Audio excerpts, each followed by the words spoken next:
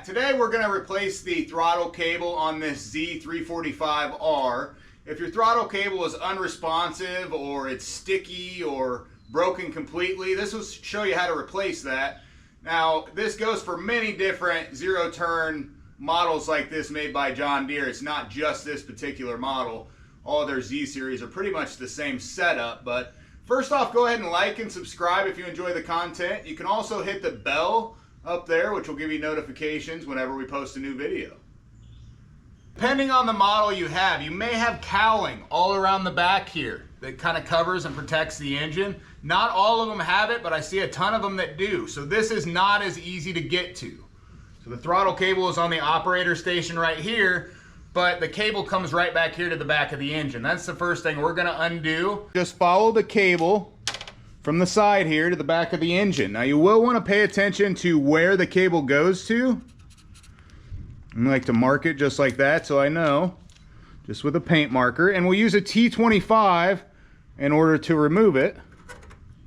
We'll reset all this as we go to install the new one. Looks like he's got other issues going on. There's a spring here that's completely broken, but you can either completely remove this or you can remove it most of the way and slip it up and out. Just pay attention to where it goes. Again, that'll give you the best option to get it back on. Now that just comes up and out. It's got that Z-bend on it. All you have to do is pull it towards you and it'll pop right out of there. It's a little bit more difficult than that to get back in. As you see, you kind of got to get it started. And anyway, I'll show you how to do that here in a minute. To get to the cable under here, unfortunately, the whole cowling and everything has to be removed in order to access it. The first thing you want to do is take the safety switch off of the seat. So it just unclips, and then you pull it straight off. And then it's got a little tab here that you'll want to take off in order to get the wire out of it.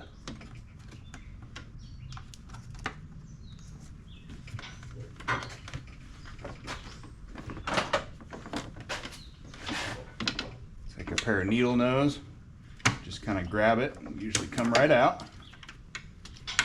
And then there's another one here. You can also remove it by pulling it out. Now 9 times out of 10 when you do that, you're going to ruin it. This one doesn't look ruined to me. It'll go right back in there.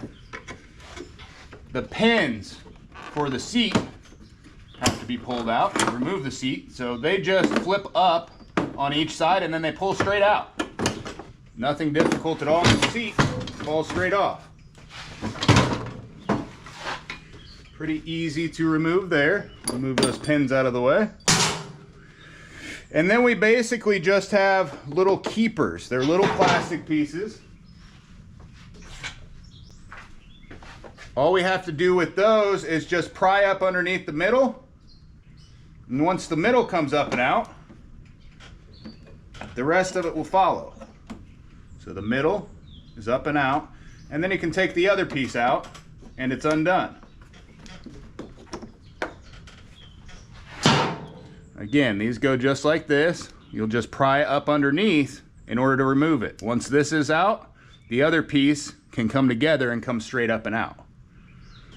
Pretty easy to do on these, and there are a few of them. So there's one here.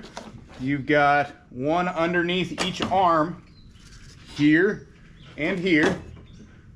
Well, that one's missing, so that's good. One less we have to do. And then there's 2 in the back. So there's one right down here, straight down, and then there's one on the other side. Move those real quick.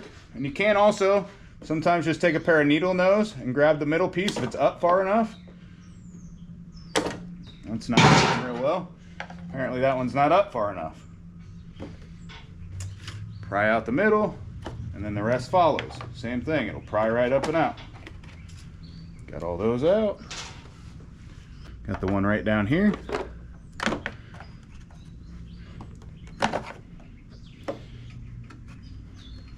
We've got some of these on hand.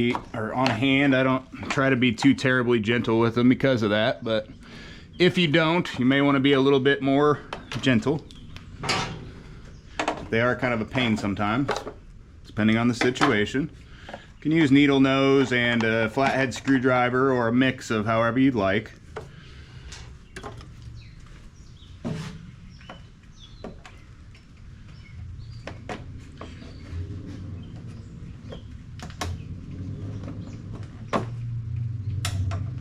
again, the other one's directly opposite, so it's straight over here on the other side of the engine that I just removed.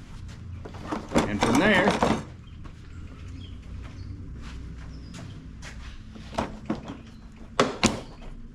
some people remove these seats springs. It does make it maybe a little bit easier. This one's broken. Get that off of there because it's got to slide up and off of it.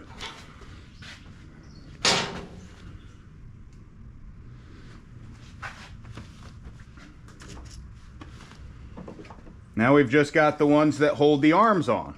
I like to mark the arms before I remove them. So if you just mark where it goes, kind of give you a real good idea when you're putting it back together. You use a paint marker, but you can use a regular marker or whatever else you like. Just makes it a little easier during installation. And then we will need a 13mm to take the nuts off the backside. You can also mark them here as far as how high they go. Luckily this John Deere yellow matches just perfect, doesn't it? They are carriage bolts, so if you hold through the backside, take the nut off, and then it'll pull straight out the other side.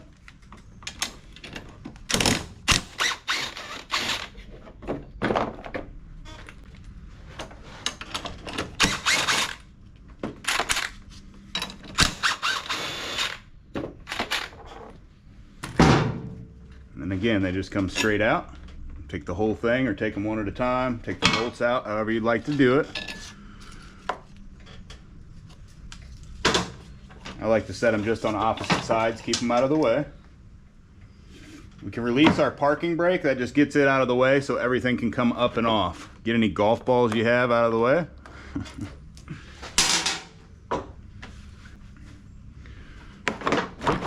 We're completely free at this point. Fuel cap sometimes doesn't want to come, get out of the way. You can remove it, it just pulls off. And then the holder just pulls off. It makes it a little bit easier if you do that. You can get the wire out of the notch here too, because it is going to have to come back past that. And then just kind of snake its way up. The throttle right here, the control, it will have to come past that, so we got to come up and over. So that side's got to come up first to get past the throttle. Cowling is completely removed.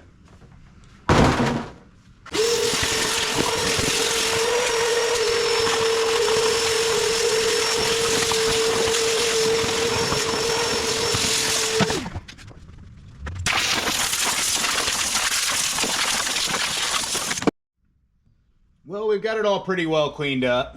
By no means is it spotless, but a lot better than it was. We're here to the throttle now. As we look down on this side, we can get to the 3 screws that hold it on. These are also T25 screws. Remove those.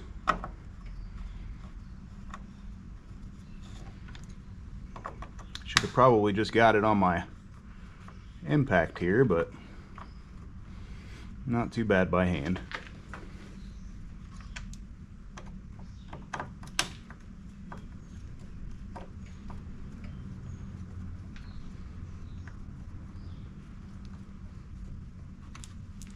Now that we've got that free, we can just kind of pull it towards us. It sits on a little bit of a notch back here. So just kind of pull it towards you to get it off of there. And we can pull it directly down and kind of turn it to get it out. So you get it out of that slot, you just turn it. So it's in there, turn it, and it's down and out. Then we just pull the whole cable towards you and it comes right out of that notch. Now our cable is completely free. We're ready to install the new one.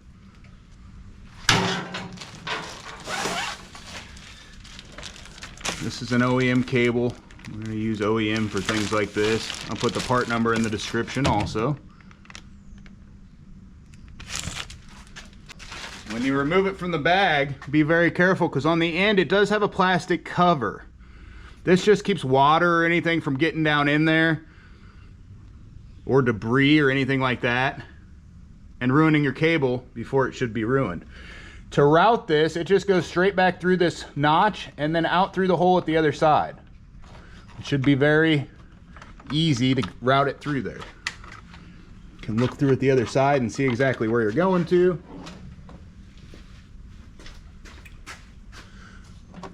And if you need help, you can actually access it right from underneath to see exactly where it goes to. So you can get to it straight up through here and help guide it if you need to. I didn't need to do that. I just kind of watched from the left-hand side there, and I was able to snake it on through. You don't want to put it all the way through and then try to go up. You want to keep it out some so you have enough room to turn so we can get it in here. You don't want to bend this cable too much at this point, so kind of guide it back through as you're turning it. And there we are. Our new cable is in. Put our 3 screws back in.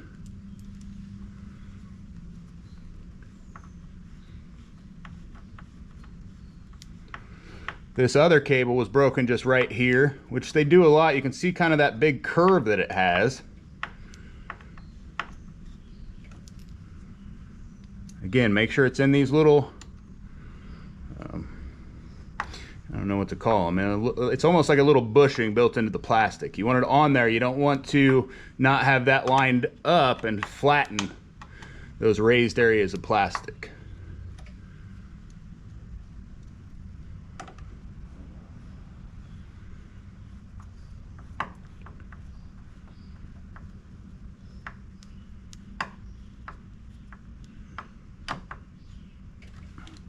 Once that's in, you can go ahead and right now hook it up at the back, which is what we're going to do. We're going to hook it up at the back, and then we'll proceed to put the rest of the cowling back on.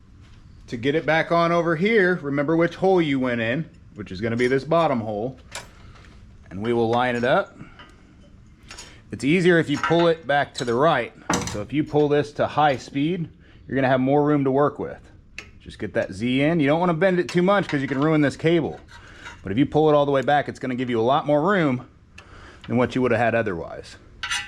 And again, the cable just goes straight in there, just like such. Then you'll go to high, and you'll pull it all the way this way. What I like to do is take it just barely off of high and pull it all the way back. And then tighten it down.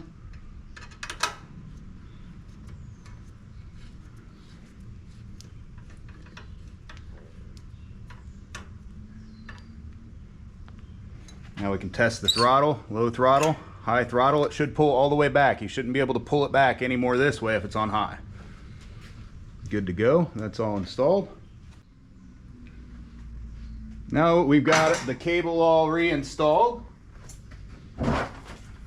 Just ready for the cowling. Now feel free to clean all this up as much as you like. I'm not too worried about it. Again, we're not exactly Molly maids here. I blew it out real well to make sure that, especially around all your safety switches and stuff on both sides on the arms, you don't want a bunch of stuff over there. Again, as we're going back on to get this past the throttle, this side has to be up. So up, and make sure that's under. And then you've also got to line up the springs. Again, some people do take the springs off when they're doing this. That does make it a little bit easier if you're having issues, or if you're not real mechanical and feel like you need just a little bit of a extra way of it doing it easily. Make sure it's all down on there.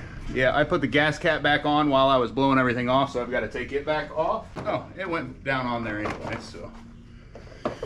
And then you just make sure at the front that it needs to be under the lip. Everything should line up, and if you're looking at where your pieces go back at, they should be sitting flat against there.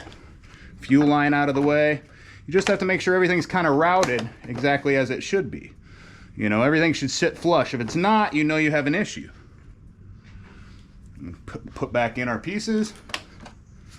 And you just put the first piece in, and then you just put the second piece in and push it all the way down. It's real easy if you haven't dealt with those before. And they do have little notches, so they do have to go in the right spot, right direction. As long as they go down in there, they're fine. You can leave them just like that. Even with it started, push it straight down in. Let's get our wire here for the seat switch into that little notch and up back where it should be. Just got the couple more over here.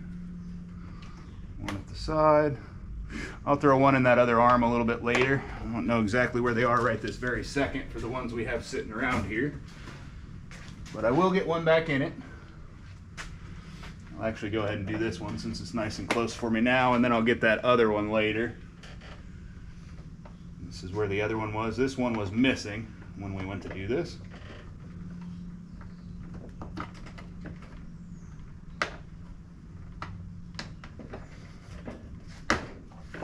There we go. It's all locked back in. Now we can get our arms back on. And our seat. For here, you can put them in the same holes that they were in, the same spots that they were in. Start your two nuts on either side.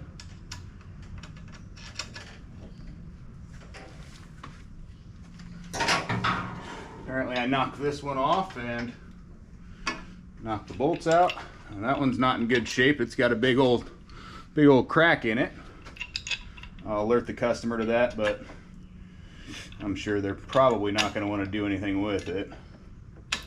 He didn't want to do any of the other stuff that I recommended on this thing when I took a look at it. Just hold it in from the back again while you're tightening down. Don't over tighten these. They're pretty cheap steel. You don't want to ruin them. Smash them down real good. Got that back on. Go ahead and put our little access panel back on. And then we can work on the seat. I like the seat just to put it up kind of like such. Get all your holes and everything lined up. Then all you have to do is lay this down in the notch. Just kind of push and rock, and it'll go right back in there, and you can lock it down in. Same thing with the other side. Lock it down in. Push our arms to the outside. Get it out of the way. We can put this back where it belongs, and then hook our seat switch back up and hook it back in the holder. It just slides right in and locks in. This back in the holder, clipped in. Now the seat is reattached. All of our safety switches are reattached. Let's pull up the parking brake. Go ahead and give this thing a whirl and see how this throttle works.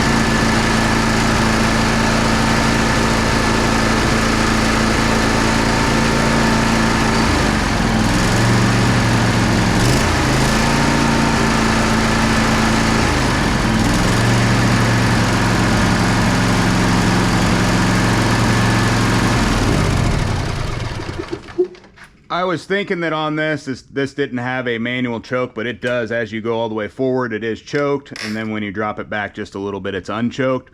Most of these will have a auto choke on them where it works off the fan speed and the heat of the engine, but the way that you hook everything up is exactly the same. It's just the operation's a little bit different. When you start it up here, you've actually got to move it down in order for it to go off choke. If you've done this and you throttle down and it doesn't go low enough for you, you don't think it's so low like it should be, you'll look at the screw right here. This is your low throttle screw. You'll turn that counterclockwise in order to go a lower speed at low throttle, and you'll turn it in order to go a higher speed at high throttle. That will solve the low idle speed problem if it's not going low enough. If you go too low, it will not stay running when it's idling. Well, there you have it, the full process to get this done from start to finish. Now there was one pretty big mistake that was made in this video. I know a lot of you are pretty observant to where you notice the little things like that. I wonder who's the first one who can notice exactly what happened in this situation. I appreciate you guys watching. Hopefully this helps somebody out. Like and subscribe if you enjoy the content.